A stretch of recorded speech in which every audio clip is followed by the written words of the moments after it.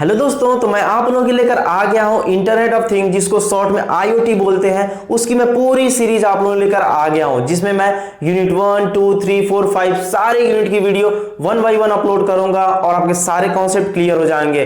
तो मैं एक लोगों को शार्ट आउट देना चाहता हूं जिन्होंने मुझे प्रॉपर मेल किया था, जिनका नाम है सुहानी सिंह। आप में से बहुत सारे लोगों ने कमेंट किया था, लेकिन इन्होंने प्रॉपर मुझे मेल किया था, सिलेबस वगैरह सारी चीजों को ऐड करके भेजा था और इन्होंने रिक्वेस्ट किया, तो मैं आप लोगों के लेकर वीडियो आ गया हूं। आप में से बहुत सारे लोगों ने मुझे रिक्वेस्ट किया था, तो मैं आप लोगों के लेकर आ गया हूं आईओटी यानी इंटरनेट ऑफ थिंग पर पूरी एक सीरीज।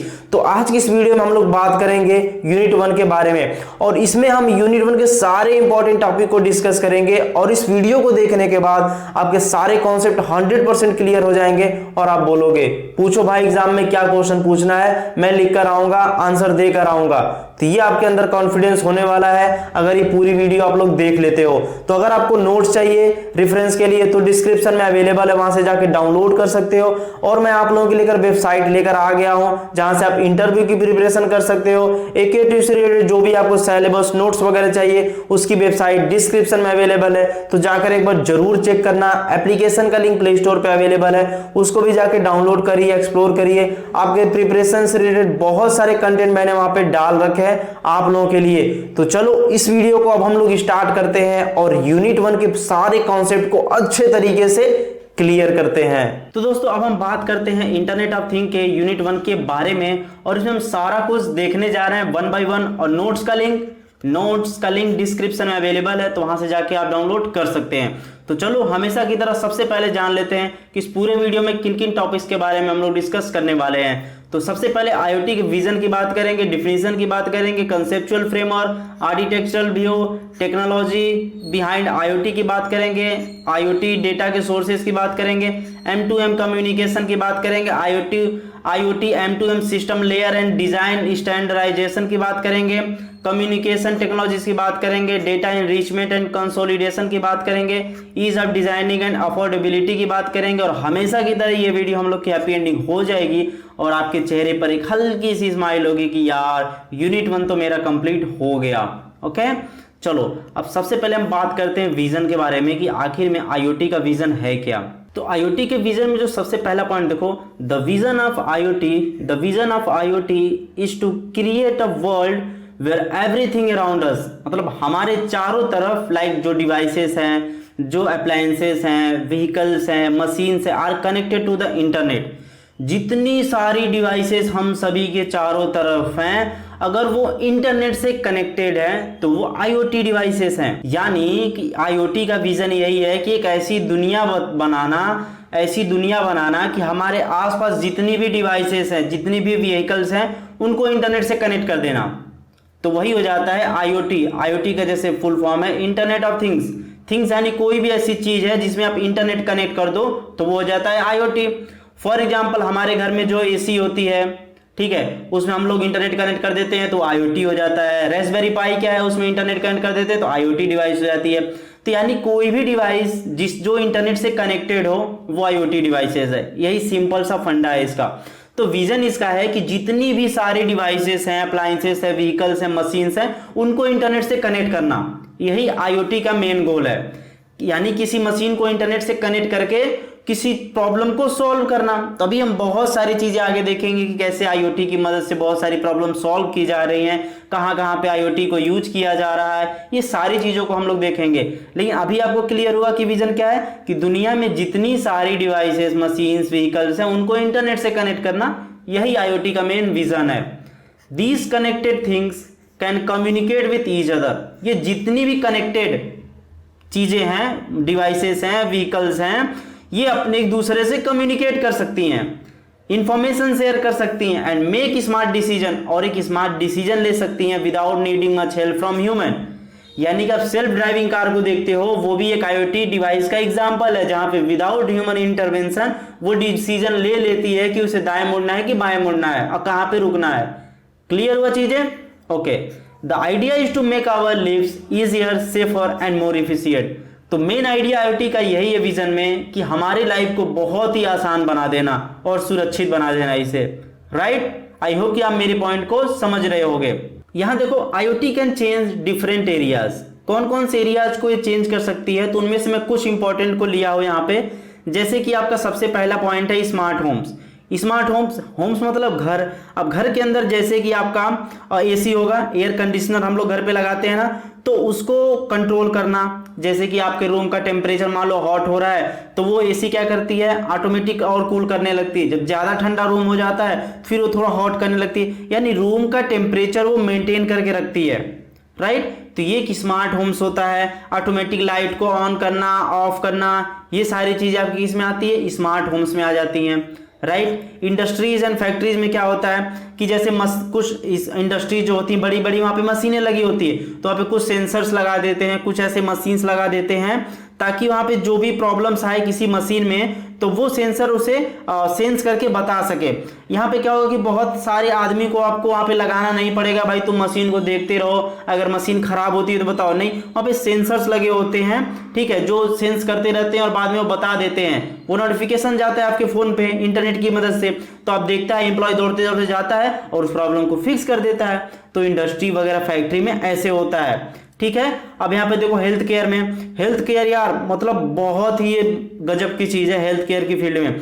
जैसे कि हम लोग जो घड़ी पहनते हैं ना, घड़ी, उसमें हम लोग का हार्ट रेट मापता है, तो वो तो उतना एक्यूरेट नहीं करता है, लेकिन बहुत सारी ऐसी डिवाइसेस बनी हैं जो हमारी हार्ट रेट नापती हैं, हमारा स्लीप सिस्टम देखती हैं। और जैसे कि कभी कभी इमरजेंसी में आप लोग सुनते होंगे कि एक्सीडेंट होता है, तो अचानक उसके घर वालों के फ़ोन पे चला जाता है नोटिफिकेशन, है ना। तो ये सारी चीज़ें आईओटी की मदद से ही होती हैं कि सामने वाला बंदा 100 किलोमीटर दूर जा रहा है, उसका फ़ोन या घर में हाथ में कुछ पहना, एक्सीडेंट हुआ इतनी स्पीड से, तो तुरंत उसके घर वालों पे मैसेज पहुंच जाएगा कि कुछ इमरजेंसी है, तो वो लोग समझ जाएंगे कि उसके पास हेल्प के लिए जानी चाहिए। Got it. उसके बाद देखो एग्रीकल्चर। एग्रीकल्चर में क्या होता है कि हम लोग जो ज़मीन का लेवल होता है, जो धरती होती है हम लोग की, हमेशा वो मॉइस्चराइजर नहीं होती है, नमी नहीं होती है, तो वहाँ पे हम लगा सकते हैं डिवाइसेस की, जैसे वो धरती की नमी को चेक करता रहेगा, और जैसे ही नमी अगर उसे लगेगी कि बहुत सूखा हो रहा है तो पानी चालू कर देगा, तो आपकी जो सब्जी उगाओगे वो सारी चीज़ों से टाइम टू टाइम पानी मिलता रहेगा, और आपकी जो फसल होगी, क्रॉप्स होगी, वो सारी चीज़ें आपकी ग्रो होगी और आप प्रॉफिट जनरेट करोगे। तो देख रहे हो आईओटी कहाँ कहाँ पे यूज की जा रही है, उसका विजन क्या है। तो ये सारी चीज़ें हैं। तो जितना भी चीज़ें मैं बता रहा हूँ एकदम दिल खोल के, दिमाग खोल के, एकदम मस्त से सुनो, आपको सारी चीज़ें क्लियर हो जाओगी। मैं फिर रिपीट करता हूँ कि नॉलेज के लिए पढ़ो, एग्जाम में तो आपका खुद ब खुद अच्छा जाएगा। नॉलेज जब रहता है ना तो यार मजा आता है, आप चीज़ों को देखते हो, फील करते हो सकता हो कल जाके आप कोई प्रॉब्लम सॉल्व कर दो इन सारी चीज़ों को देख के, ठीक। तो अच्छे से पढ़ाई करो, ओके। तो यहाँ पर देखो मैंने लगाया बी क्रिएटिव, तो हमेशा क्रिएटिव रहो, ठीक है। चलो अब यहाँ पे हम बात करते हैं आईओटी के डिफिनीशन की। क्या है डिफिनीशन, तो जैसा कि विजन में मैंने बताया तो उसी से मिलता जुलता यहाँ पर भी है। तो एग्जाम में आप लोग ऐसे लिखना, the internet of things IoT refers to a network of physical devices connected to the internet. यानी फिजिकल डिवाइसेस होती हैं जो इंटरनेट से कनेक्टेड होती हैं, वही होती है आईओटी डिवाइसेस, जैसे कि home appliances, vehicles, machine and sensors, जो मैंने अभी जस्ट पीछे बात किया। तो ये डिफिनीशन है। अभी आपको आईओटी समझ में आ गया होगा, तो एग्जाम में जाके आप लोग खुद अपने तरीके से बना के लिखना, एज इट इज मत लिखना, वो भी सही होगा। तो ऐसा पढ़िए कि एग्जाम में जाके आप खुद बना के लिख के आओ। तो आपको पता है कि 2 लाइन का 4 लाइन एग्जाम में कैसे करना होता है, तो जब आपकी अंडरस्टैंडिंग बहुत अच्छी होगी तो बहुत अच्छे से एग्जाम में लिख के आओगे। एग्जाम में लिखना कैसे है, डिस्क्रिप्शन में लिंक अवेलेबल है, उस वीडियो को जाके देख लो, समझ में आ जाएगा कि एग्जाम में जाके कैसे लिखना होता है, ओके। सेकंड पॉइंट देखो, these devices can collect, share and exchange data with each other through the internet often without needing human intervention। और जो भी ये डिवाइसेस है एक दूसरे से कम्युनिकेट करती हैं, डेटा शेयर करती हैं, डिसीजन लेती हैं, राइट, और विदाउट ह्यूमन इंटरवेंशन ये लोग डिसीजन लेती रहती हैं, ओके। यहाँ पर देखो एग्जाम्पल ऑफ आईओटी डिवाइसेस। अब आईओटी डिवाइसेस के कुछ एग्जांपल्स भी मैं बता देता हूं आपको, पीछे मैंने कुछ जिक्र किया था लेकिन चलो यहां पर बताता हूं। जैसे कि स्मार्ट वॉच हो गया, स्मार्ट वॉच आज के टाइम पे सब लोग बात कर रहे हैं ना, सब लोग यूज कर रहे हैं ना। तो यहां पर देखो, track your steps and heart rate and send the data to your smartphone. हमारी डिवाइस जो होती है, जो मोबाइल फोन होता है, ठीक है, वो हमारी घड़ी से कनेक्टेड होता है। तो घड़ी जो भी हमारी हार्ट रेट मापती है, हम कितना स्टेप चले हैं, तो हमारे फोन में सारा डेटा आता रहता है, राइट। तो ये सारी चीजें कैसे होती है, स्मार्ट वॉच में ब्लूटूथ से कनेक्ट होता है। तो ये सारी चीजें कैसे होती है, 2 डिवाइस एक दूसरे से कम्युनिकेट कर रही है ना, एक आपकी घड़ी और आपका फोन, तो ये हो गया आईओटी डिवाइस। ठीक। Smart light bulb you can turn on और टर्न ऑफ, अपने घर का जो आपका लाइट होता है उसको आप ऑन ऑफ कर सकते हो, ठीक है। अपने फ़ोन की मदद से मुंह से बोल सकते हो लाइट ऑफ हो जा, लाइट ऑफ हो जाती है। ऐसे चीज़ें आप घर में कर सकते हो। स्मार्ट लाइट बल्ब्स आने लगे हैं। और एक स्मार्ट थर्मोस्टेट आता है, ये क्या करता है, जो रूम का टेम्परेचर है, ठीक है, जैसे ही बाहर आपका कितना वेदर है, आप घर में एसी लगाए हो, तो स्मार्ट थर्मोस्टेट क्या करता है कि आपके रूम का टेम्परेचर आपने सेट कर दिया कि 23 डिग्री सेल्सियस या 22 मेरा टेम्परेचर रहना चाहिए, तो जैसे ही गर्मी ज़्यादा बढ़ेगी वो 22 कर देगा। जैसे ही आपका मान लो बाहर का टेम्परेचर अगर 10 है तो वो क्या करेगा, उसको बढ़ा के 22 कर देगा। तो यानी कि थर्मोस्टेट यही करता है, थर्मोस्टेट यही करता है कि ऑटोमेटिकली आपके रूम का टेम्परेचर वो मेंटेन करता रहता है। तो ये होता है डिफिनीशन, ओके। इसके बाद देखो कंसेप्चुअल फ्रेमवर्क। अब आईओटी का एक कंसेप्चुअल फ्रेमवर्क होता है जो कि one of the most important है आपके एग्जाम के पॉइंट ऑफ व्यू। जितनी भी चीजें मैं बताता हूँ इंपॉर्टेंट, लेकिन ये थोड़ा ज्यादा इंपॉर्टेंट है, वेरी इंपॉर्टेंट, मैं मान के चलना कंसेप्चुअल फ्रेमवर्क। ओके, ये समझ लोगे कि आगे के 2-3 टॉपिक ऐसे हैं जो आपको उतने ज्यादा नहीं समझने पड़ेंगे, यूं ऐसे निकल लेंगे हम लोग, ओके। तो कंसेप्चुअल फ्रेमवर्क में यहाँ पर देखो सबसे पहला point, the conceptual framework of IoT explain how different components work together to make IoT system functional. जो कंसेप्चुअल फ्रेमवर्क यानी कि हमारे दिमाग में कॉन्सेप्ट बना हुआ है कि ऐसे IoT काम करता है। आप देख के तो नहीं बता सकते ना, पीछे प्रोसेसिंग होता रहता है, लेकिन कंसेप्चुअल लेवल पर इसे कैटेगराइज कर दिया गया है कि इतने लेयर में ये काम करता है, ठीक है। तो एक डिवाइस के अंदर कैसे वो IoT डिवाइस कैसे काम करती है, कैसे वो फंक्शनैलिटी को परफॉर्म करती है, कैसे फंक्शन वो काम करते हैं, वो सारी चीज़ें इस कंसेप्चुअल फ्रेमवर्क में होता है, ठीक है। जितने भी कंपोनेंट्स होते हैं एक IoT डिवाइस के अंदर कैसे वो काम करता है, ठीक। तो ये सारी चीज़ें होती हैं। It involve several layers and element that helps collect data. बहुत सारे लेयर्स होते हैं जो कि हेल्प करते हैं डेटा को कलेक्ट करने में, डेटा को ट्रांसमिट करने में, डेटा को प्रोसेस करने में, and take actions automatically. Based upon the data actions को ये ऑटोमेटिकली ले लेते हैं। तो कुछ हम ब्रेक करके यहाँ पे समझते हैं कि कुछ की कंपोनेंट्स कौन कौन से हैं। तो यहाँ पर देखो ये है परसेप्शन लेयर, ऐसे एग्जाम में लिखना perception layer, communication layer, cloud and edge layer, और storage and analytics application layer, ये होता है। और इसी में जो चीज़ें आती हैं, जैसे पहले नंबर पर डिवाइसेस एंड सेंसर जो होते हैं वो परसेप्शन लेयर के अंदर आते हैं, ठीक है। तो मैंने परसेप्शन लेयर के बगल में लिख दिया है इसलिए ताकि आप समझ पाओ कि परसेप्शन लेयर में क्या होता है। परसेप्शन मतलब क्या होता है, आप किसी को देख के ये पता लगा लेते हो कि बंदा कैसा है, आखिर आपका परसेप्शन बनता है ना उसको देख के। ऐसे सेंसर्स क्या करते हैं, बाहर देख के चीज़ों को सेंस करते हैं और डेटा को कलेक्ट करते हैं। तो जैसे सेंसर्स का काम क्या होता है, वो इन्वायरमेंट में जो भी चीज़ें हो रही होती है उसे कलेक्ट करती है। फॉर एग्जाम्पल बाहर का टेम्परेचर कितना है, गाड़ी कितनी स्पीड से जा रही है, लाइट ऑन है कि ऑफ है, ये सारी चीज़ें क्या करती हैं, सेंसर डिटेक्ट करती हैं, राइट। समझ में आ गया। डिवाइसेस में जैसे हो गए स्मार्ट वॉच हो गया, कैमरा हो गया, ये सारी चीज़ें आपकी हो गई डिवाइसेस जो कि परसेप्शन लेयर का काम करती हैं। नेटवर्क जो कि कम्युनिकेशन लेयर का काम करता है। नेटवर्क में क्या होता है, जैसे कि आपका जो डेटा है डिवाइस से, ठीक है, वो उठ के क्लाउड पे कैसे जाएगा। आप अगर सेंसर्स की मदद से आप डेटा ले रहे हो तो कहीं तो जाके सेव होना चाहिए ना, तो क्लाउड पे कैसे जाएगा, तो वो नेटवर्क के थ्रू जाएगा। जैसे कि वहाँ पे वाईफाई ब्लूटूथ की मदद से, एक जिगबी होता है, बात करेंगे आगे, 5G होता है। ये सारी चीज़ें क्या करते हैं कि हमारा कम्युनिकेशन कराती हैं क्लाउड से, जो कि नेटवर्क की मदद से होता है, तो वो कम्युनिकेशन लेयर होता है। डेटा प्रोसेसिंग जो कि क्लाउड एंड एज लेयर होता है। तो डेटा प्रोसेसिंग क्या होता है, आपके पास डेटा आ गया, अब उस रॉ डेटा को आपको एक यूजफुल पैटर्न देना पड़ेगा। यूजफुल पैटर्न मतलब आपका डेटा आ गया, वो जब तक उसे प्रोसेस नहीं करोगे तो भाई वो कैसे कुछ आउटपुट देता। अभी जो डेटा आया तो रफली फॉर्मेट में आया, तो उसे प्रॉपर एक देना पड़ेगा ना कि रिजल्ट बना के दे। जैसे कि एक स्मार्ट थर्मोस्टेट जो होता है, जो मैंने अभी पीछे बताया, अगर उसको रूम का टेम्परेचर 22 डिग्री सेल्सियस, रूम का टेम्परेचर मान लो 30 डिग्री सेल्सियस गया, तो क्या समझेगा 30 डिग्री सेल्सियस क्या है, वो तो बस टेम्परेचर रखा रहेगा। लेकिन अब उसे प्रोसेस करेगा कि भाई अगर 30 डिग्री है तो रूम का टेम्परेचर 22 कर दो, 22 कर दो, बहुत गर्मी हो रही, बंदा जो सो रहा है, अरे वो जग ना जाए, ठीक है। तो वो प्रोसेस करके जल्दी जल्दी जल्दी क्या करेगा, रूम का टेम्परेचर 22 कर देगा, ठीक है। तो ऐसे डेटा प्रोसेसिंग होता है क्लाउड पे। एज लेयर का क्या होता है कि जो प्रोसेसिंग अगर आपके कंप्यूटर पे हो, लोकली हो, फोन पे प्रोसेस हो, तो एज लेयर होता है, उसे एज बोलते हैं। और जो क्लाउड पे होता है, AWS, माइक्रोसॉफ्ट एज्योर, ये सब पे होता है, तो वो क्लाउड लेयर कहलाता है। Got it. तो ये होता है storage and analytics.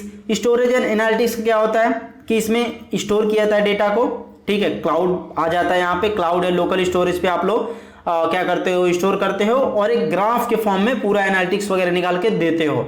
Okay, user interface जिसे बोलते हैं एप्लीकेशन लेयर, जो भी हम लोग व्हाट्सएप, फेसबुक, इंस्टाग्राम जो भी एप्लीकेशन यूज करते हैं ये आता है एप्लीकेशन लेयर के अंदर।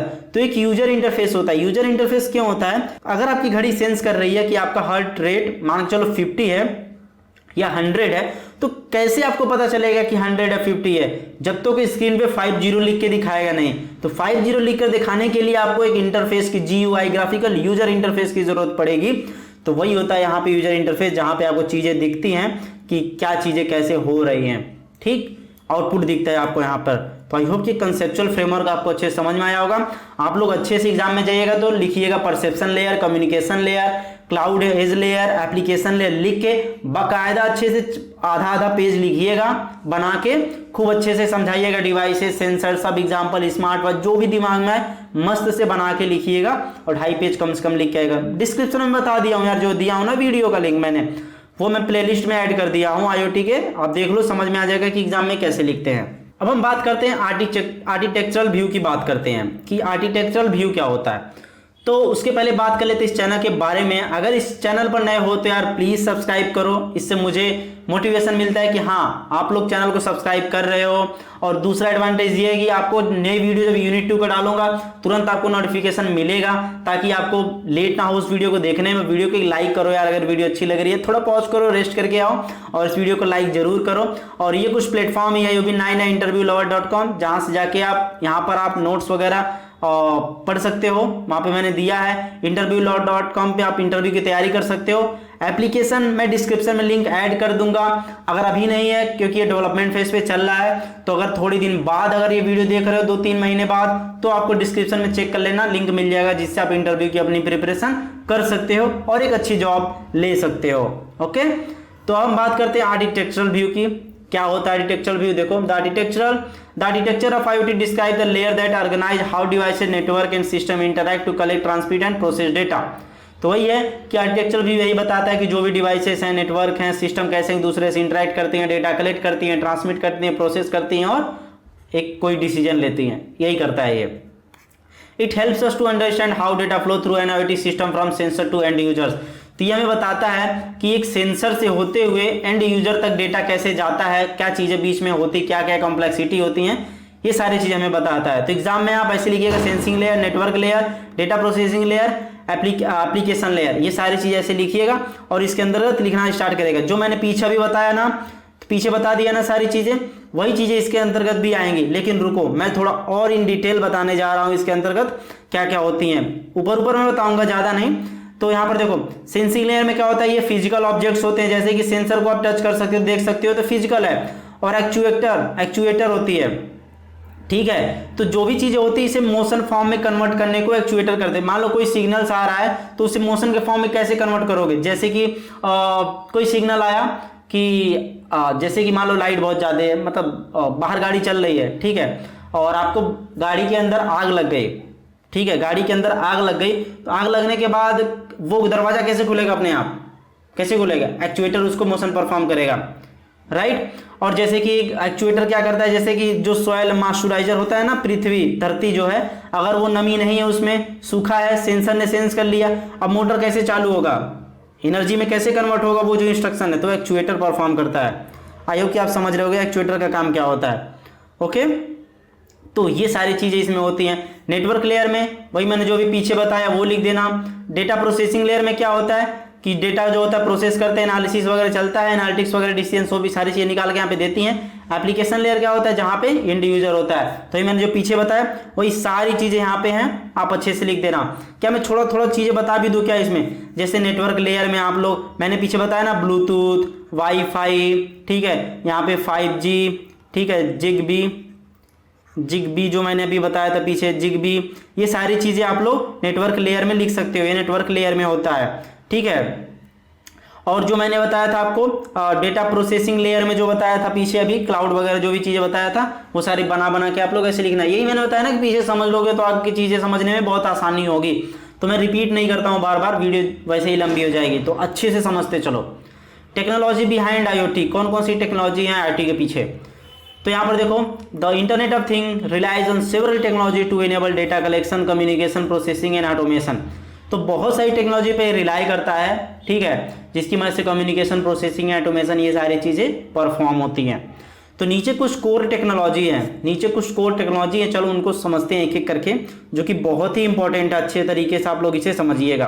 पहला देखो, सेंसर एंड एक्चुएटर्स, ये दोनों एक दूसरे से कनेक्टेड है। सेंसर्स का काम क्या होता है? सेंस करना। फॉर एग्जाम्पल मैं रूम का टेम्परेचर और एग्जाम्पल एसी का लेके चलता हूँ, ताकि आपको ये एसी वाला याद हो जाए कि रूम का टेम्परेचर अगर 30-40 डिग्री सेल्सियस गया तो रूम में गर्मी होने लगी, तो सेंस करेगा सेंसर और बताएगा कि गर्मी हो रही भाई, एसी चालू करो, ठीक है। तो वहाँ पे फिर एक्चुएटर सुन लेगा उस चीज़ को, थर्मोस्टेट्स वहाँ पे काम करने लगेगा, तो एक्चुएटर क्या करेगा? मोटर चालू कर देगा, एसी चालू कर देगा, एसी चलने लगेगी, रूम ठंडा हो जाएगा। Got it? समझ गए? बस इतना ही आसान है यार। सेंसर एक्चुएटर ऐसे ही काम करता है। सॉइल मॉइस्चराइजर में, एग्रीकल्चर में जो मैंने बताया था, वो भी आपका सेंसर एक्चुएटर में लिख सकते हो। ऑटोमेटेड डोर में एक्चुएटर काम करता है। ऑटोमेटिक डोर जो ओपन होता है, बंद होता है, वहाँ पे भी जैसे देखो, आपको किसी मॉल वगैरह में जाते होगे तो मॉल में जाते होगे आप लोग, तो देखते हो ना, बाहर खड़े होते हो तो क्या होता है कि थोड़ा पास जाते हो, दरवाजा ऑटोमेटिक खुल जाता है कि कोई आ गया, तो सेंसर सेंस करता है, एक्चुएटर उसको मोशन में कन्वर्ट कर देता है कि दरवाजा खुल जाए, तो वहाँ पे एक्चुएटर काम करता है। अब जब कभी मॉल में जाना तो ध्यान देना, देखो सेंसर ही नहीं काम कर रहा है, एक्चुएटर भी उसके पीछे काम कर रहा है, तो ध्यान देना कि भाई यहाँ पे सेंसर एक्चुएटर काम कर रहे हैं, ठीक है। तो ये सारी चीज़ें हैं। सेकेंड पॉइंट देखो, कम्युनिकेशन टेक्नोलॉजी। कम्युनिकेशन टेक्नोलॉजी में क्या है कि भाई जब सेंसर कुछ सेंस कर रहा है तो वो डेटा क्लाउड पे जाना है ना, तो ये सारी चीज़ें कैसे कम्युनिकेट करती हैं? तो जैसे कि यहाँ पे हम वाईफाई टेक्नोलॉजी को यूज करते हैं, ठीक है, ब्लूटूथ को यूज करते हैं, BL लिख देता हूँ, और जिगबी को यूज कर देते हैं, ठीक। जिगबी बेसिकली ये लो पावर मोड के, लो पावर कंज्यूम करता है, जहाँ पे लो पावर देने की जरूरत होती है वहाँ पर, और जहाँ पे शॉर्ट रेंज कम्युनिकेशन होती है वहाँ पे हम जिगबी का यूज करते हैं, ठीक है। और ये ज़्यादातर होम ऑटोमेशन में किया जाता है, होम ऑटोमेशन में, ज़्यादातर होम ऑटोमेशन में इसका यूज किया जाता है। जिगबी हो गया और 5G हो गया, तो ये सारी चीज़ें कम्युनिकेशन टेक्नोलॉजी हैं, ठीक। क्लाउड कंप्यूटिंग क्या होता है भाई?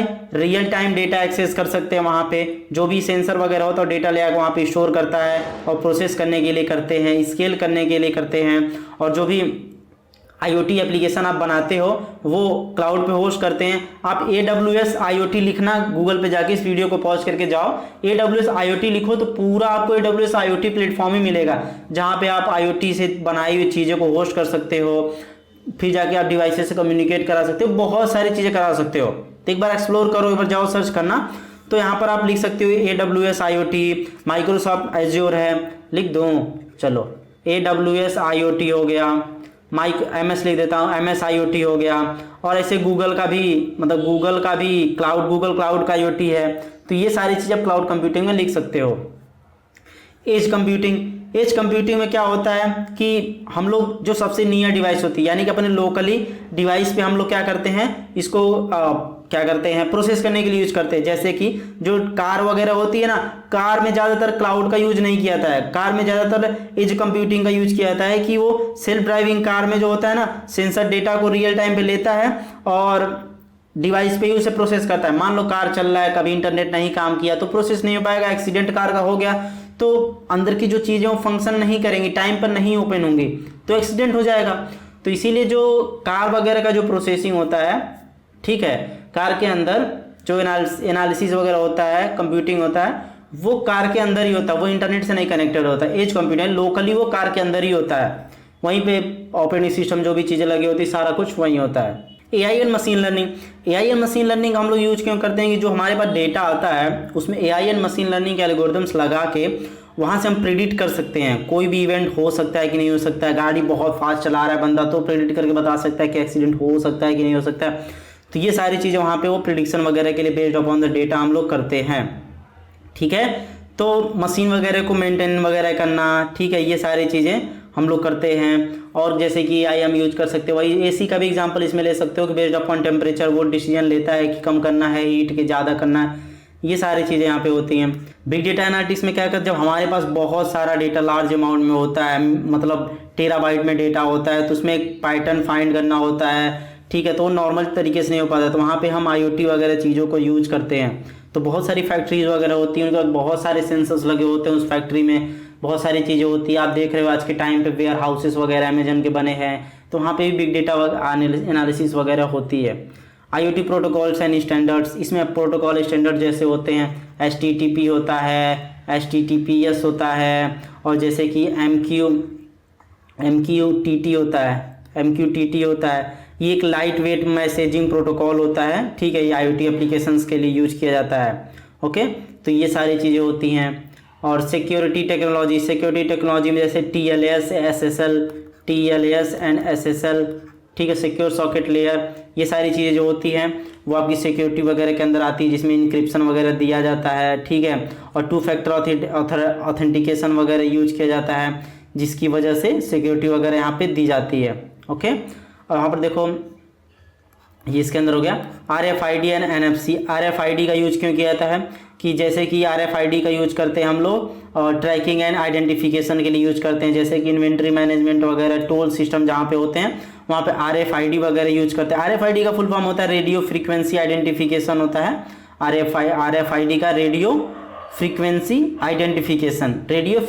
आइडेंटिफिकेशन RFID का होता है। और NFC का फुल फॉर्म होता है नियर फील्ड कम्युनिकेशन होता है। ये शॉर्ट रेंज की कम्युनिकेशन करने के लिए करते हैं, जैसे कि कॉन्टैक्टलेस पेमेंट करना होता है। आप कहीं जाते हो ना, कार्ड को बस टैप करते हो पेमेंट हो जाता है, तो वहाँ पे कॉन्टैक्टलेस पेमेंट वगैरह करने के लिए NFC वगैरह का यूज किया जाता है। तो ये सारी चीज़ें हैं। ब्लॉकचेन को भी IoT में यूज किया जाता है, जैसे कि ये एक सिक्योर IoT नेटवर्क हमें प्रोवाइड करता है कि जैसे कि आपको ब्लॉकचेन में पता है कि अगर कोई भी एक डेटा टैंपर होता है तो पूरा ख़राब हो जाता है, पता चल जाता है कि डेटा टैंपर किया गया कि चेंज किया गया। तो ब्लॉकचेन में सबसे बड़ी चीज़ होती है कि हम लोग जो डेटा का प्रूफ उसे टैंपर होने से बचा सकें, और जो भी डिवाइसेस हैं एक दूसरे के बीच में ट्रस्ट बना रहे, ठीक है। जैसे डिवाइसेस यार इंसान नहीं है ना, वो इंसान झूठ बोलता है, लेकिन बोलते हैं ना लोग डिवाइसेस झूठ नहीं बोलती हैं, तो वो चीज़ है। तो डिवाइसेस गलत डिसीजन ना ले, उसे कोई मैनिपुलेट ना कर पाए इंसान, तो वो सारी चीज़ें होती हैं कि ब्लॉकचेन लगा देते हैं, ठीक। तो वो सारी चीज़ें यहाँ पे यूज करते हैं हम लोग। आयो कि सारी चीज़ समझ में आएगी, एग्जाम में आएगा तो सारी चीज़ें लिख के 1 बाय 1 जरूर लिखिएगा। सोर्सेस ऑफ IoT डेटा के अब कौन कौन से सोर्सेस हैं, कहाँ से डेटा आता है IoT में, ठीक है। तो डेटा आने के लिए सबसे पहले तो सेंसर्स का यूज करते हैं, जो मैंने पीछे अभी बता दिया, ठीक है। जैसे कि आप इसकी मदद टेम्परेचर, ह्यूमिडिटी, मोशन को सेंस कर सकते हो। एक्चुएटर का काम क्या होता है कि वही मैंने बताया कि generate data based on actions taken, जो मतलब एक्शन लिया जा चुका है वहाँ से वो डेटा देता है। जैसे कि AC चालू हो गई, चल रहा है, ठंडा कर दिया रूम, तो वो डेटा उठा के फिर वहाँ पे जाता है। यानी सेंस किया हीट ज़्यादा है, AC चालू कर दिया एक्चुएटर, और बाय चालू कर दिया वो डेटा गया। तो देखो मोटर स्टेटस, मोटर कितनी स्पीड चल रहा है, क्या चीज़ें हैं वो, वेल्व एडजस्टमेंट, ये सारी चीज़ें एक्चुएटर में होता है। स्मार्ट डिवाइसेज में जैसे कि थर्मोस्टेट्स हो गया, वियरेबल जो हम लोग स्मार्ट वॉच वगैरह पहनते हैं, अप्लायंसेस वगैरह हो गए, ये सारी चीज़ आपकी स्मार्ट डिवाइसेज में आती हैं, ठीक। कैमराज एंड इमेजिंग डिवाइसेस, ठीक। तो यहाँ पे हम वीडियो फीड्स वगैरह लेते हैं, ठीक, और जो इमेज डेटा वगैरह लेते हैं, ये सारी चीज़ें क्या करती हैं, सिक्योरिटी कैमरा, ड्रोन्स, ये सारी चीज़ों में हम लोग यूज करते हैं। यहाँ से डेटा आता है, ड्रोन होता है ना, ड्रोन से कलेक्ट करते हैं डेटा। और सिक्योरिटी कैमरा जो रोड पे लगे होते हैं ट्रैफिक वगैरह में, वो सारे भी तो डेटा देते हैं ना कहीं से। कैसे पुलिस पकड़ती है, कैसे चालान करता है। जैसे आप थोड़ी गाड़ी, आप एग्जांपल बताओ मुझे, खुद फेस करते होगे, जब रोड पे गाड़ी ले निकलते हो, रेड लाइट है, अगर पास कर दिए तो चालान कट जाता है, फ़ोन पे मैसेज आता है, कैसे आता है ये सारी चीज़ ऑटोमेटिक। पहले लोग रसीद काट के देते थे ना, तो अभी देखो कितना फास्ट हो गया। तो ये सारी चीज़ IoT डिवाइसेस की वजह से ही हो रही हैं। तो आप भी ऐसे प्रॉब्लम्स रियल वर्ल्ड में सॉल्व कर सकते हो। GPS एंड लोकेशन सर्विसेज में देखो, जैसे कि यहाँ पे व्हीकल ट्रैकिंग सिस्टम होता है ना, व्हीकल ट्रैकिंग सिस्टम, जैसे कि कोई लोडेड गाड़ी है, वो दूर जा रही है, उसको ट्रैक करना, ये सारी चीज़ें इसके अंतर्गत होती हैं। यानी गाड़ी के अंदर एक सिस्टम लगा होता है, वो सेंस करता है, लोकेशन बताता है, फिर वो क्लाउड पे जाता है, क्लाउड से आपके फ़ोन पे आता है। तो ये सारी चीज़ें इसकी मदद से होती हैं। यूजर इंटरेक्शन में क्या होता है कि जैसे कि data from user inputs, preferences and behaviour patterns. तो यूजर इंटरेक्शन से डेटा आता है, जैसे कि आप फ़ोन पे क्या क्लिक कर रहे हो, ठीक है। आज के टाइम पे जो एडवर्टीजमेंट दिखाया जा रहा है हम लोग को, फ़ोन पे हम लोग कोई वीडियो देख लेते हैं, फ्लिपकार्ट पे कोई जाके प्रोडक्ट चूज कर लेते हैं, है ना, देख लेते हैं, तो वही चीज़ बार बार हमें ऐड के थ्रू देखने को मिलता है, बार बार बोलता है भाई खरीद खरीद खरीद, दिमाग ही ख़राब कर देता है ना। तो सारी क्या होती है, वो हमारे जो भी इंट्रैक्शन हम लोग ऐप वगैरह पे करते हैं वो डेटा कलेक्ट किया जाता है कहीं पर, फिर उसको एनालिसिस करके फिर हमें को ऐड दिखाया जाता है। तो ये भी IoT का एक सोर्स है, डेटा आता है। ठीक, social media and online platform, तो जो भी हम सोशल मीडिया आज के टाइम में फेसबुक, इंस्टाग्राम जो भी यूज कर रहे हैं, पब्लिक सिस्टम यूज कर रहे हैं, तो ये सारी भी हमारे डेटा को कलेक्ट करती है। जैसे कि सेंटिमेंट एनालिसिस जो होती है, वो सैड, हैप्पी, ये सारी चीज़ें सोशल मीडिया के थ्रू कलेक्ट किया जाता है। ठीक, तो ये सारी चीज़ें होती हैं। Got it. तो आई होप ये सारी चीज़ आप समझ रहे होगे। ठीक है। उसका देखो environment monitoring stations, environment monitoring station में क्या होता है कि जैसे कि एयर क्वालिटी को, वेदर कंडीशंस क्या है, नेचुरल इवेंट्स क्या हो रहे हैं, ये सारे चीज़ों को इन्वायरमेंट से कलेक्ट किए जाते हैं और उसको डेटा को प्रोसेस किया जाता है। Then based upon the data predict किया जाता है कि क्या कल बारिश होगी नहीं होगी, ये सारी चीज़ें की जाती है। तो IoT डेटा जो आता है ये सोर्सेस हैं, यहाँ से डेटा आ सकता है, समझ रहे हो, यहाँ से डेटा आता है। और भी बहुत सारे सोर्सेस हैं, ऐसा है कि नहीं है, यहीं से आता है। तो आई होप ये सारी चीज़ आपको समझ में आई होंगी ना। अब हम बात करते हैं M2M कम्युनिकेशन, ये वेरी इंपॉर्टेंट है, इसे अच्छे से पढ़ना। इंपॉर्टेंट देखो, मैं सारा जितना भी टॉपिक बता रहा हूँ सब इंपॉर्टेंट है, ध्यान देना। बस मैं इसे वेरी इंपॉर्टेंट लिख रहा हूँ कि इसे आप थोड़ा और अच्छे से पढ़ो। ठीक है, 10 नंबर में ये आ सकता है। तो जितनी भी चीज़ें इंपॉर्टेंट होती है मैं सारा क्लियर कर देता हूँ, जहाँ तक तो कोशिश करता हूँ मैं सब कुछ क्लियर करूँ, कुछ ना छूटे। 2 नंबर 10 नंबर कहीं से पूछे, बस आप बोलो एग्जामिनर को भाई तू दे, मुझे क्या देगा, तो जो भी देगा वो लिख लूँगा, ऐसा फीलिंग अंदर से आनी चाहिए। ऐसा ना हो कि अरे यार ये नहीं पढ़ा, अरे यार वो नहीं पढ़ा, है ना, तो ऐसा फीलिंग अंदर नहीं होना चाहिए। तो M2M कम्युनिकेशन को बताने से पहले M2M का फुल फॉर्म बता देता हूँ। M का मतलब machine, machine to machine, machine to machine communication होता है M2M में, यानी एक मशीन दूसरे मशीन से कम्युनिकेशन करती है, दैट्स इट, यही इसका डिफिनीशन ही है। M2M communication refers to the direct exchange of information between machines or devices without human involvement. Without human involvement, जब 2 मशीनें दूसरे से कम्युनिकेट करती है तो वही होता है M2M communication, that's it, simple, इतना ही सिंपल भाई। अरे नहीं हार्ड है भाई IoT, प्यार से पढ़ो तो, सुनो तो एक बार, इतना आसान लगेगा कि कहोगे बस IoT ही पढ़ना है। ठीक है, तो एक कमेंट, एक लाइक ज़रूर करो यार, ताकि पता चले मुझे। अच्छा, मुझे कमेंट करो कि आप किस किस कॉलेज से हो आप लोग, ज़रूर करो। लखनऊ से कौन लोग हो और किस यूनिवर्सिटी से हो, ये कमेंट कर सकते हो। गाज़ियाबाद से हो, नोएडा से हो, दिल्ली से हो, कहीं से हो, गोरखपुर के हो, कहीं से हो, कमेंट करो एक बार, अच्छा लगेगा मुझे कि आप लोग कहाँ से हो। और नहीं तो इतना लिख दो कि this video is helpful for me, मुझे बहुत अच्छा लगेगा। ओके, यहाँ पर देखो, this is a key concept in IoT where machine communicate, exchange data and make decision based on predefined protocols. And ध्यान देना, प्री डिफाइंड प्रोटोकॉल पे ही वो डिसीजन लेती है, ऐसा नहीं जो मर्जी वो ले ले, जो एल्गोरिथम्स लिखे होंगे उस पर लेंगे। Enabling automation and intelligent decision making, तो ये सारी चीज़ें इनेबल करती है कि ऑटोमेशन किया जा सके और एक इंटेलिजेंट डिसीजन वगैरह लिया जा सके। Got it. तो ये सारी चीज़ें M2M कम्युनिकेशन के डिफिनीशन में आती हैं। लेकिन यहाँ पे देखो की कैरेक्टरिस्टिक्स को होती हैं M2M कम्युनिकेशन के, तो वो क्या होता है, तो एक एक करके इन सारी चीज़ों को समझते हैं कि ये सारी चीज़ें होती क्या हैं। तो कैरेक्टरिस्टिक्स में सबसे पहला पॉइंट देखो, ऑटोमेटिक डेटा एक्सचेंज। तो ऑटोमेटिक डेटा एक्सचेंज इसमें कैसे होता है कि इसमें machine collect and send data autonomously, यानी कि इसमें जो मशीन होती है ऑटोमेटिक डेटा कलेक्ट करती है, ऑटोमेटिक डेटा भेजती है, ऑटोमेटिक डेटा प्रोसेस होता है, ये सारी चीज़ अपनी होती रहती हैं ऑटोमेटिक। ओके, मिनिमल और no human intervention, communication happen directly between machine. अब भाई देखो, एक डिवाइस आपका जो स्मार्ट वॉच होता है आपके फ़ोन में भेजता है, आप देख लेते हो कितना हार्ट रेट है, यानी दो डिवाइस एक दूसरे से कम्युनिकेट कर रही है ना, ऑटोमेटिक करती रहती है without human intervention, no intervention, human का भाई कोई फंडा ही नहीं है। तो ये सारी चीज़ें होती हैं।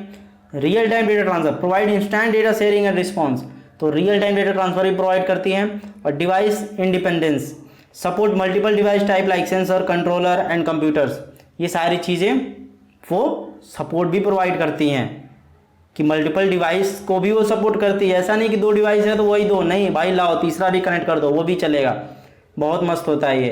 तो डिवाइस एक दूसरे से कम्युनिकेट भी करती हैं। सेंसर एक्चुएटर से कम्युनिकेट करता है, कंट्रोलर से करता है, कंप्यूटर्स करता है, ये सारे सब एक दूसरे से कम्युनिकेट करते रहते हैं। तो अब हम बात करते हैं कि हाउ M2M कम्युनिकेशन वर्क्स। अब जो मशीन टू मशीन कम्युनिकेशन होता है ये कैसे काम करता है। तो सबसे पहला इसका काम होता है डेटा को कलेक्ट करना। Data collection one of the most important point and the first point ये होता है मशीन टू मशीन का। तो यहाँ पर सेंसर एंड डिवाइसेस होती है, तो ये क्या करती है, डेटा को कलेक्ट करती है।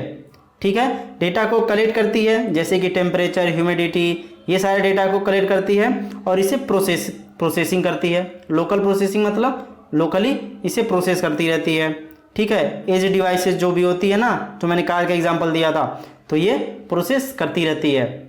एक कार खुद ही मशीन है, उसके अंतर्गत और भी मशीन रहती है, सेंसर लगे होते हैं, जहाँ प्रोसेस होता है वो एक्चुएटर, बहुत सारी चीज़ें लगी होती हैं, दूसरे से कम्युनिकेट करती रहती हैं और लोकली वो प्रोसेस होता रहता है। Got it. Data transmission. अब डेटा ट्रांसमिशन में क्या होता है, प्रोटोकॉल्स एंड नेटवर्क्स। प्रोटोकॉल में जैसे M2M प्रोटोकॉल होता है, मशीन टू मशीन प्रोटोकॉल होता है, जिसकी मदद से वायर्ड या वायरलेस नेटवर्क पर डेटा को ट्रांसमिट कर दिया जाता है इंटरनेट पे। ओके। ट्रांसमिशन टेक्नोलॉजी क्या क्या होती है, ट्रांसमिशन टेक्नोलॉजी में जैसे कि 5G हो गया, वाईफाई हो गया, ब्लूटूथ हो गया, ये सारी चीज़ आपकी ट्रांसमिशन टेक्नोलॉजी में आ जाती हैं। प्रोटोकॉल्स में क्या होता है, मैंने अभी MQTT बताया था, ZigBee बताया था, ये सारी चीज़ आपकी यूज की जाती हैं। प्रोटोकॉल जिसकी सिक्योर तरीके से डेटा को ट्रांसमिट किया जाता है, ट्रांसफ़र किया जाता है। Data processing and action. Data processing and action में क्या होता है कि ऑटोमेटेड डिसीजन मेकिंग। अब जो डेटा आता है ना क्लाउड पे जाता है, प्रोसेस वगैरह होता है, वो ऑटोमेटिक बेस्ड अपॉन द जो डेटा रिसीव करते हैं उस पर वो डिसीजन वगैरह लेते हैं। Feedback loop. फीडबैक लूप में क्या होता है कि जो मशीन टू मशीन सिस्टम होता है ये क्या करता है कि जो पैटर्न होता है ना डेटा का, जो आता रहता है, जो डेटा जिस पैटर्न में आता रहा उस पैटर्न को देखते हैं और फीडबैक वगैरह भी देते रहते हैं। ठीक, तो ये सारी चीज़ें वगैरह भी होती हैं। तो फीडबैक लूप क्या करता है, जो मशीन टू मशीन सिस्टम होता है, जो M2M होता है, M2M सिस्टम जो होता है, ये एडजस्ट कर सकते हैं ऑपरेशंस को।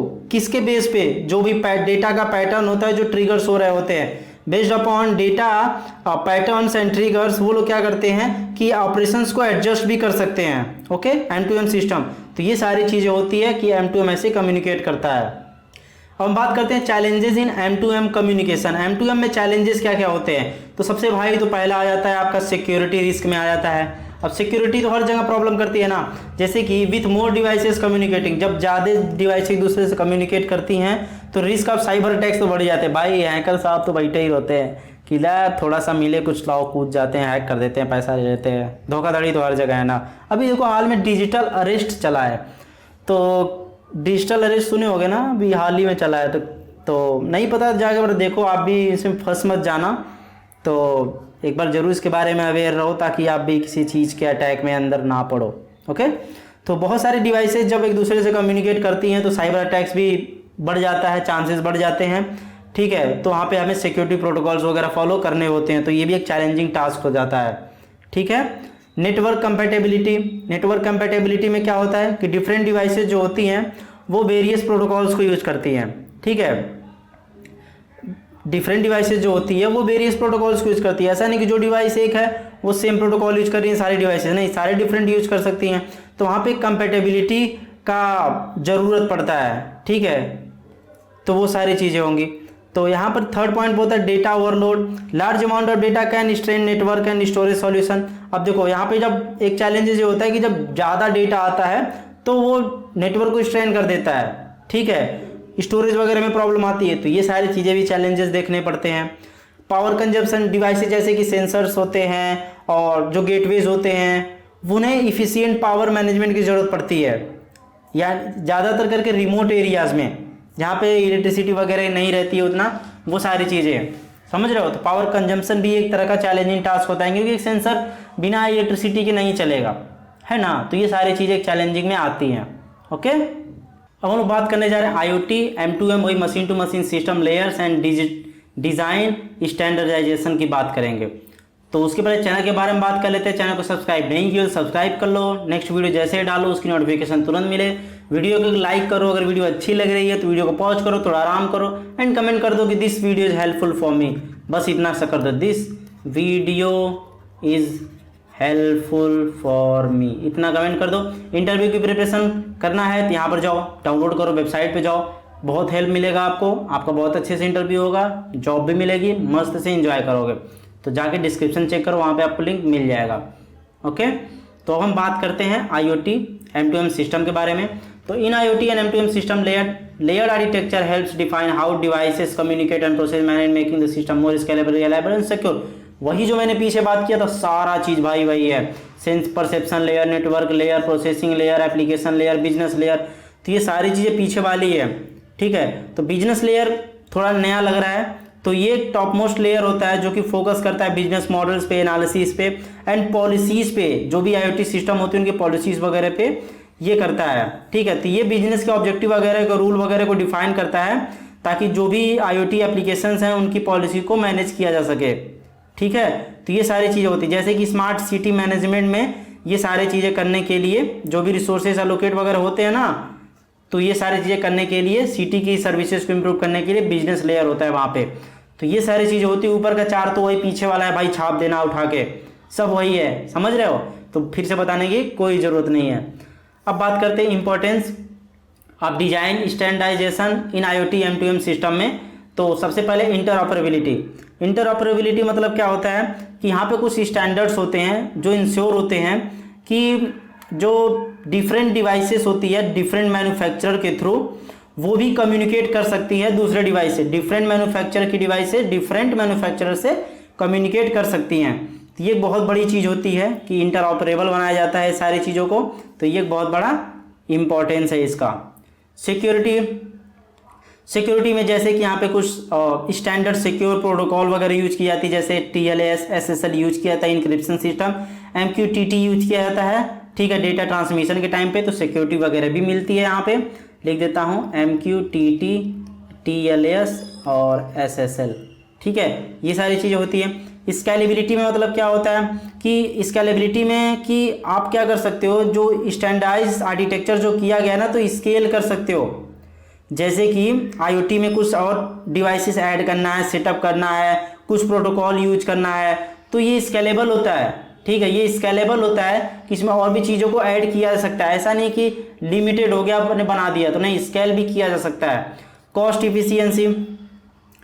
इफिशियंसी में क्या होता है कि यहाँ पर हम लोग कुछ कॉमन API फ्रेमवर्क यूज करते हैं जो डेवलपर को ये फैसिलिटी प्रोवाइड करता है कि जो भी कोड वगैरह है उसे रीयूज कर सके और डेवलपमेंट को फास्ट कर सके। तो वहाँ पे कॉस्ट इफिशियंसी वगैरह भी देखने को मिलता है डेवलपर को। ठीक, कंप्लायंस एंड गवर्नेंस में क्या होता है कि कुछ स्टैंडर्ड्स होते हैं, ठीक है, जो IoT सिस्टम कंप्लाई करता है। कुछ रूल्स एंड रेगुलेशन गवर्नमेंट के होते हैं जिनको ये फॉलो करके ही चलता है। ठीक है, तो IoT डिवाइसेस कुछ होती हैं हेल्थ केयर में, वो कुछ स्टैंडर्ड को फॉलो करती है। एक HIPAA होती है जो पेशेंट के डेटा होते हैं ना, जो पेशेंट वगैरह हॉस्पिटल में होते हैं उनकी डेटा को ये प्रोटेक्ट करता है। तो HIPAA प्राइवेसी वगैरह को भी ये कंप्लाई करते हैं, इसे फॉलो करते हैं। तो ये सारे कुछ इंपॉर्टेंस है, IoT डिवाइसेस ये सारी चीज़ें फॉलो करती है वो। Example of common IoT standards, कुछ कॉमन एग्जाम्पल जैसे हैं कि कनेक्टिविटी प्रोटोकॉल। कनेक्टिविटी में वही मैंने बताया, प्रोटोकॉल में MQTT होता है। MQTT का full form message quarrying telemetry transport होता है। लिख देता हूँ, मैसेज क्यूइंग टेलीमेट्री और T है ना, T से वापस हो गया प्रोटोकॉल, T है ना, ट्रांसपोर्ट हो गया। ठीक है, मैसेज क्यूइंग टेलीमेट्री ट्रांसपोर्ट होता है। ठीक, ये एक लाइट वेट प्रोटोकॉल होता है। ठीक है, बहुत इफिशियंट होता है। जहाँ पे लो बैंडविड्थ वगैरह होती है कम्युनिकेशन के लिए, वहाँ पे यूज करते हैं। ठीक है, तो उसके बाद देखो यहाँ पे एक और होता है, MQTT हो गया। एक और आप लोग लिख लेना, COAP होता है। ठीक है, इसका फुल फॉर्म होता है कंस्ट्रेंड एप्लीकेशन प्रोटोकॉल। कंस्ट्रेंड ए से आपका एप्लीकेशन प्रोटोकॉल। ठीक है, कंस्ट्रेंड एप्लीकेशन प्रोटोकॉल होता है जहां पे लो पावर डिवाइसेस होती हैं, वहां पे इसको यूज किया जाता है। ये बहुत ही आइडियल होता है IoT डिवाइसेस के लिए। ठीक है, डिवाइस इंटरऑपरेबिलिटी स्टैंडर्ड्स, ये क्या होते हैं, जैसे कि जिग्बी, मैंने पीछे जिग्बी हो गया, जिग्बी वगैरह होता है। ये आपका यूज किया था होम ऑटोमेशन वगैरह में ज़्यादातर यूज किया जाता है। ठीक। एक ब्लूटूथ होता है, ब्लूटूथ लो एनर्जी होता है, ब्लूटूथ लो एनर्जी जिसे BLE बोलते हैं, ठीक है। ये वियरेबल डिवाइसेस में होती है, जैसे कि स्मार्ट वॉच वगैरह पहनते हैं उसमें, ठीक। सिक्योरिटी स्टैंडर्ड्स में क्या होता है, यहाँ पर देखो TLS एंड SSL होता है, ये सारी चीज़ें इंक्रिप्शन वगैरह डेटा ट्रांसमिशन में प्रोवाइड करती हैं, ठीक। उसके बाद डेटा मैनेजमेंट स्टैंडर्ड्स होते हैं, जैसे कि एक आता है आपका 1M2M होता है, ठीक है। ये ग्लोबल स्टैंडर्ड्स होता है जो machine to machine IoT communications वगैरह में ये हेल्प करता है, ठीक है। ये स्टैंडर्ड्स प्रोवाइड करता है। तो ये सारी चीज़ें इसमें होती हैं। आई होप ये सारी चीज़ें आपको समझ में आई होंगी। अब हम लोग बात करने जा रहे हैं कम्युनिकेशन टेक्नोलॉजीज के बारे में, और ये इंपॉर्टेंट है, ठीक है। इंपॉर्टेंट अच्छे तरीके से समझना है इसको। तो कम्युनिकेशन टेक्नोलॉजी में क्या होता है कि in IoT system communication technology enable device to transmit data between themselves and with central servers on the cloud. जो डेटा आपका सेंस होके क्लाउड तक जाता है वो कैसे जाता है, कम्युनिकेशन कैसे हो जाता है, ये सारी चीज़ में होती हैं। The choice of technology depends on factor like range, power consumption, bandwidth and data rate and application requirement. तो एप्लीकेशन की रिक्वायरमेंट, रेंज, पावर कंजम्पशन के अकॉर्डिंग ही हम चूज करते हैं कि कौन सी टेक्नोलॉजी किस IoT के लिए यूज करना है। तो जब आपको पता होगा इन सारों का use, wifi, Zigbee, Z wave, 5G कब क्या यूज करना है किस IoT डिवाइस के अंतर्गत, तभी तो आप यूज कर पाओगे ना। इनके बारे में पता होगा तभी तो पता कर पाओगे ना कि AC है तो उसमें कौन सा यूज करना चाहिए कम्युनिकेशन टेक्नोलॉजी, अच्छा कार है तो उसमें कौन सा टेक्नोलॉजी यूज करना चाहिए। जब इनके बारे में पता होगा तभी तो बेस्ड अपॉन द रिक्वायरमेंट आप इन सारी चीज़ों को यूज कर पाओगे। तो जानना बहुत इंपॉर्टेंट है, तो अच्छे से समझना। वाईफाई का फुल फॉर्म होता है वायरलेस फाइडेलिटी, और वाईफाई का रेंज होता है 50 से 100 मीटर का रेंज होता है, ठीक है। और ये जिसका डेटा रेट होता है आपका 1 Gbps अप टू 1 Gbps होता है, ठीक है। और जो स्टैंडर्ड इसका लेटेस्ट है वो वाईफाई 6 है, 6 लिख देता हूँ यहाँ पे, वाईफाई 6 है। और जो पावर कंजम्पशन इसमें होता है वो हाई होता है, ठीक। मैं एक एक चीज़ लिखते चला रहा हूँ, सामने से लिखते जा रहा हूँ। पावर कंजम्पशन इसका हाई होता है। और बेस्ट किसके लिए होता है, जैसे कि स्मार्ट होम्स वगैरह बनाते हैं, ऑफिसेस वगैरह के लिए ये स्मार्ट आपका क्या होता है कि बेस्ट होता है। एडवांटेज में हाई स्पीड डेटा ट्रांसफर, जहाँ पे आपको जरूरत पड़ेगी वहाँ पे वाईफाई यूज करना। लिमिटेशंस इसका है कि ये पावर एनर्जी लेता है, ठीक है। ये पावर एनर्जी लेता है, काफ़ी अच्छा खासा लेता है, बहुत ज़्यादा नहीं लेकिन लेता है। और बैटरी पावर डिवाइसेस के लिए अच्छा नहीं है कि जो डिवाइस से बैटरी चलती है उसमें वाईफाई को लगाना अच्छा चीज़ नहीं होता है, ठीक। तो ये कुछ लिमिटेशंस इसकी है, ठीक। उसका देखो Bluetooth and Bluetooth low energy BLE, जो पीछे भी मैंने बात किया था। तो ब्लूटूथ का रेंज जो होता है ये इसका 10 से 30 मीटर होता है, ठीक। 2 Mbps अप टू मैं बोल रहा हूँ 2 Mbps, ठीक है, 2 Mbps होता है। और ये बेस्ट होता है वियरेबल वॉचेस वगैरह के लिए। एडवांटेज में लो पावर जहाँ पे यूज करना होता है वहाँ पे यूज करते हैं, जैसे कि वियरेबल वॉचेस वगैरह में, जो कि स्मार्टफोन से ऑटोमेटिक अपने आराम से कनेक्ट हो सके ब्लूटूथ की मदद से, ठीक है। तो वहाँ पे यूज करते हैं। लिमिटेशंस इसका है रेंज है, यानी कि ज़्यादा रेंज के लिए आप ब्लूटूथ नहीं यूज कर सकते, वहाँ पे वाईफाई यूज करना पड़ेगा आपको। तो ब्लूटूथ में आप क्या कर सकते हो, जो फिटनेस होता है ना, फिटनेस को ट्रैक करने के लिए वहाँ पे ब्लूटूथ वगैरह कर सकते हो। जो भी फिटनेस से रिलेटेड जब बनाना कभी कि कनेक्ट करना हो कोई डिवाइस से आपको स्मार्टफोन से, तो ब्लूटूथ वगैरह यूज कर लेना। जिगबी होता है, ये 10 से 100 मीटर के लिए यूज करते हैं, 10 से 100 मीटर के लिए यूज करते हैं। और ये 250 kbps, इतना कम स्पीड होती है इसकी, ठीक है। पावर कंजप्शन वेरी लो होता है, VL लिख देता हूँ, वेरी लो होता है। होम ऑटोमेशन में इसका यूज करते हैं, ये लो पावर कंजप्शन लेता है। एडवांटेज इसका यही है, ठीक है, कि सबसे कम पावर लेता है। लिमिटेशन वही है, डेटा रेट इसका बहुत कम है क्योंकि kbps में होता है, ठीक। तो ये सारी चीज़ इसका है। जिगबी का जो सबसे ज़्यादा यूज किया जाता है होम ऑटोमेशन में यूज किया जाता है, जैसे कि जो भी connected devices, bulb, locks and thermostats हैं, इन सारे को कनेक्ट करने के लिए किया जाता है जिगबी का, ठीक। जेड वेव ये अप टू 100 मीटर्स है, ठीक है। जेड वेव जो अप टू 100 मीटर्स है, 100 kbps इसकी स्पीड है, अप टू, जो भी बोल रहा हूँ मैं अप टू बोल रहा हूँ। पावर कंजप्शन यार वेरी लो है, स्मार्ट होम्स में यूज किया जाता है। एडवांटेज इसका लो पावर है, लिमिटेशंस इसका वही लो रेट है। तो लगभग जिगबी और जेड वेव सेम ही है। एक अच्छे समझ लो ना, 2-3 1-2 अच्छे समझ लो ना, तो वही बना के सबके अंदर लिखना है, थोड़ा चेंज कर करके। 5G आ गया।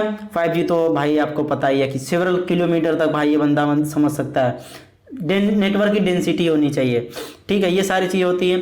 10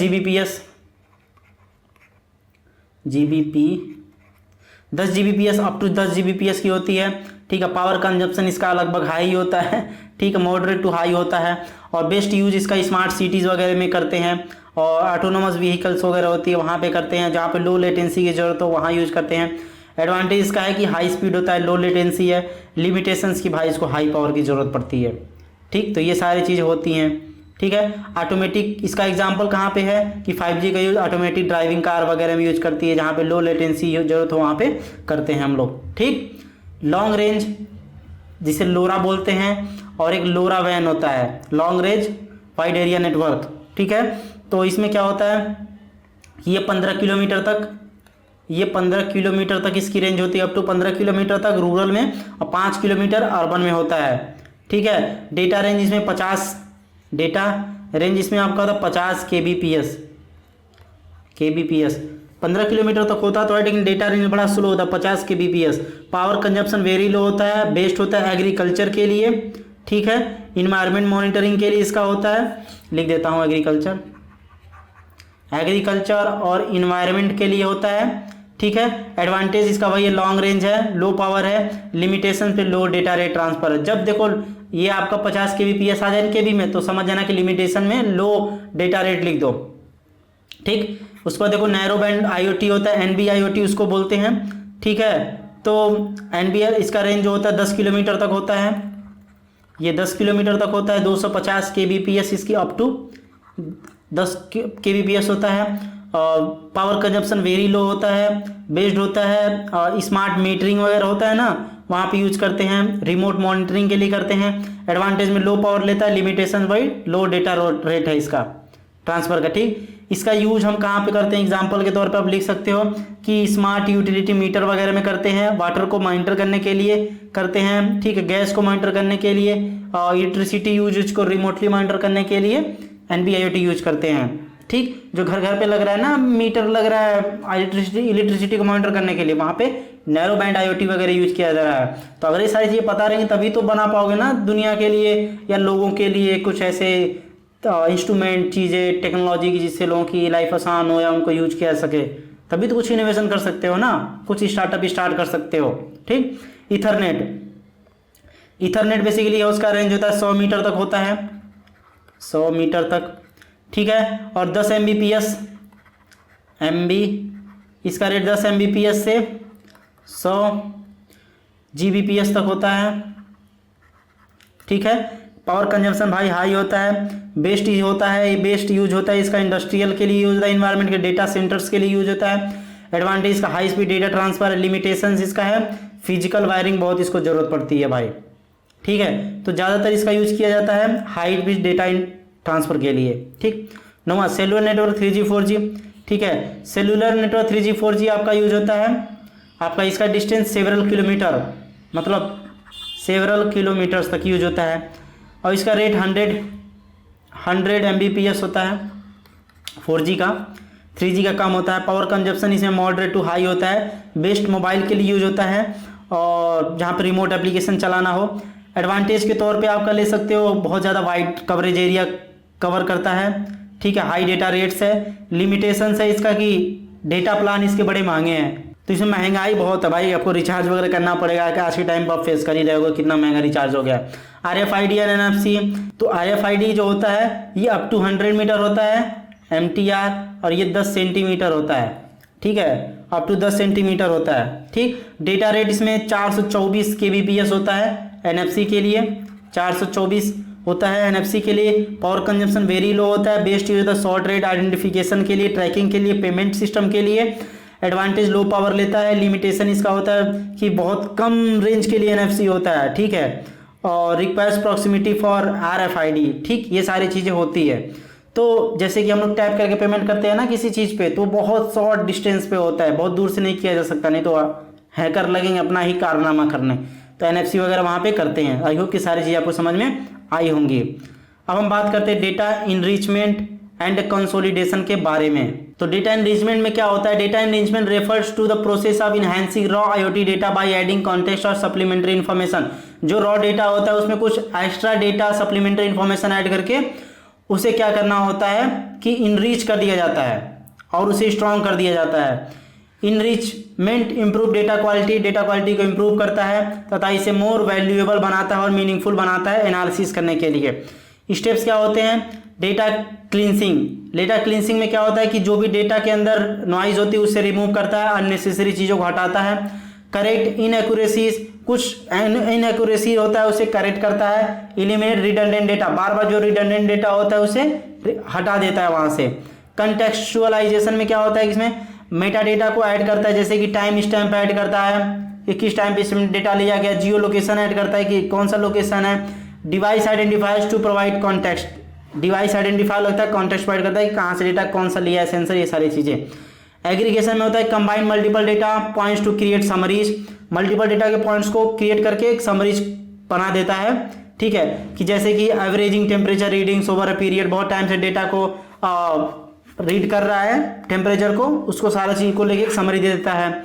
integrate data with other relevant sources for holistic view, जैसे कि combining weather data with IoT sensor data in agriculture, जैसे कि वेदर को डेटा को उठा के एग्रीकल्चर में इसे इंटीग्रेट कर देना।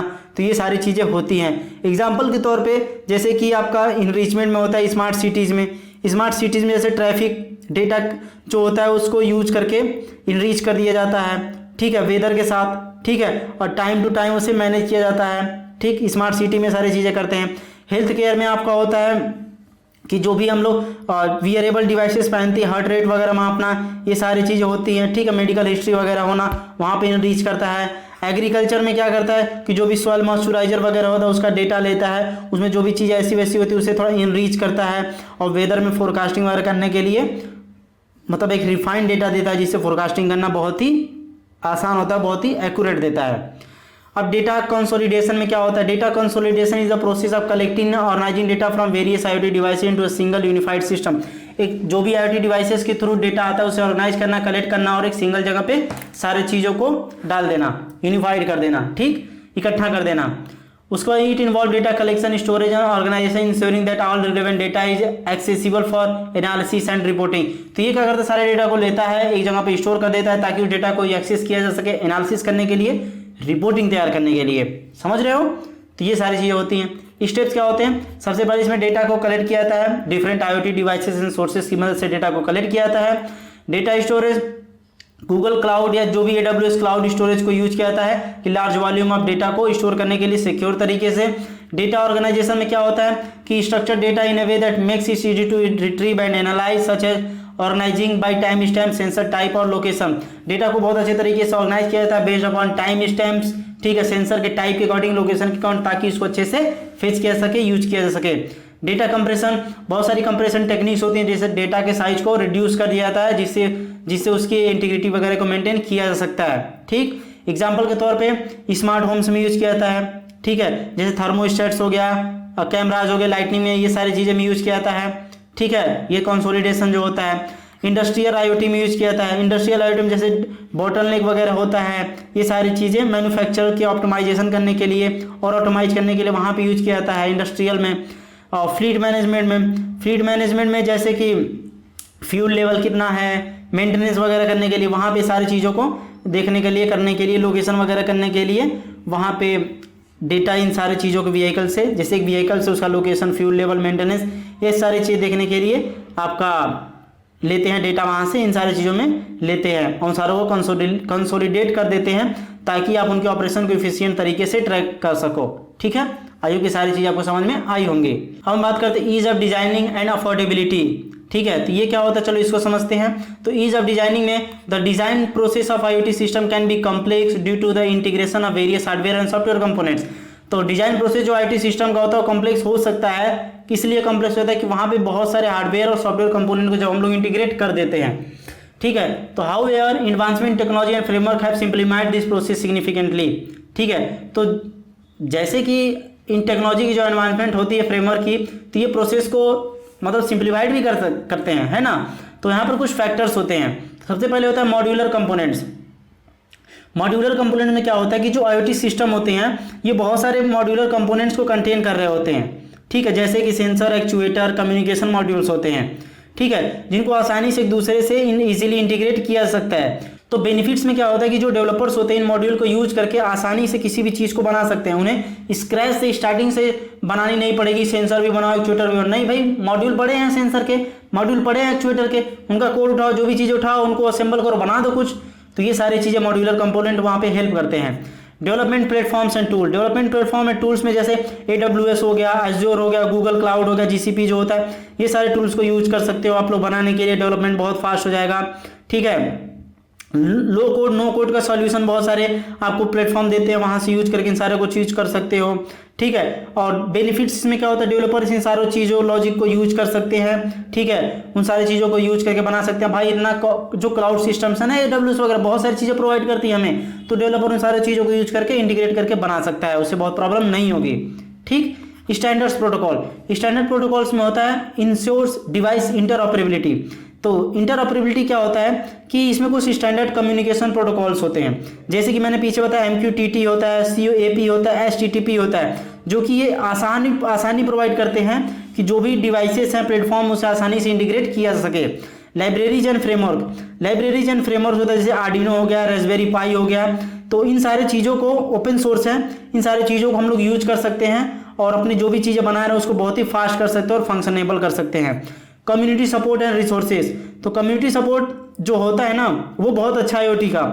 तो एक प्रॉपर डॉक्यूमेंटेशन तैयार कर दिया गया है, बहुत सारे ट्यूटोरियल्स हैं जो डेवलपर को असिस्ट करते हैं ताकि इन सारी चीज़ों को यूज करें, अपने नॉलेज को बिल्ड करें और बहुत अच्छी अच्छी चीज़ों को वो लोग बनाएं।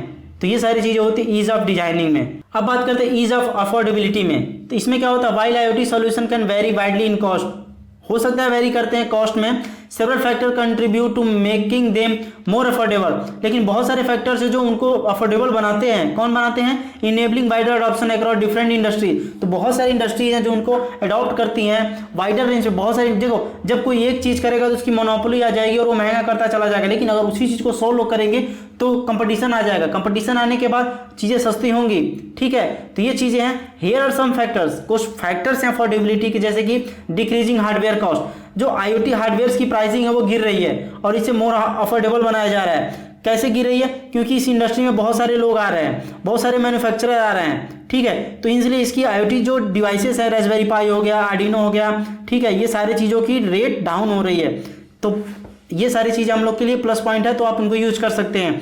Open source technology, open source जो ऑप्शन होता है हमें रिड्यूस करता है कॉस्ट को। ओपन सोर्स आपको भी पता है कि ओपन सोर्स होता है लिनक्स, आर्डिनो, ये सारी चीज़ें, रास्पबेरी पाई, तो हम इसको फ्री में यूज कर सकते हैं और कुछ भी बना सकते हैं, तो यहाँ पे भी पैसा बच गया।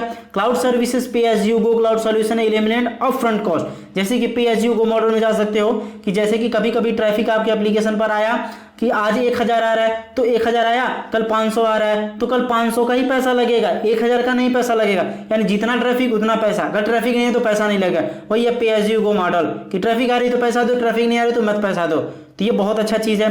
Competitive market landscape, competition, lower prices and increase options, ठीक है। तो कंपटीशन मार्केट में क्या है कि कंपटीशन भी बहुत ज़्यादा मार्केट में हो गया है, तो IoT जो प्रोवाइडर्स हैं बहुत सारे कंपटीशन हो गया है इसमें प्राइजेस को लेके, तो प्राइस लो भी जा रही है इन सारे कंपटीशन की वजह से, तो हम लोग के लिए फायदा है।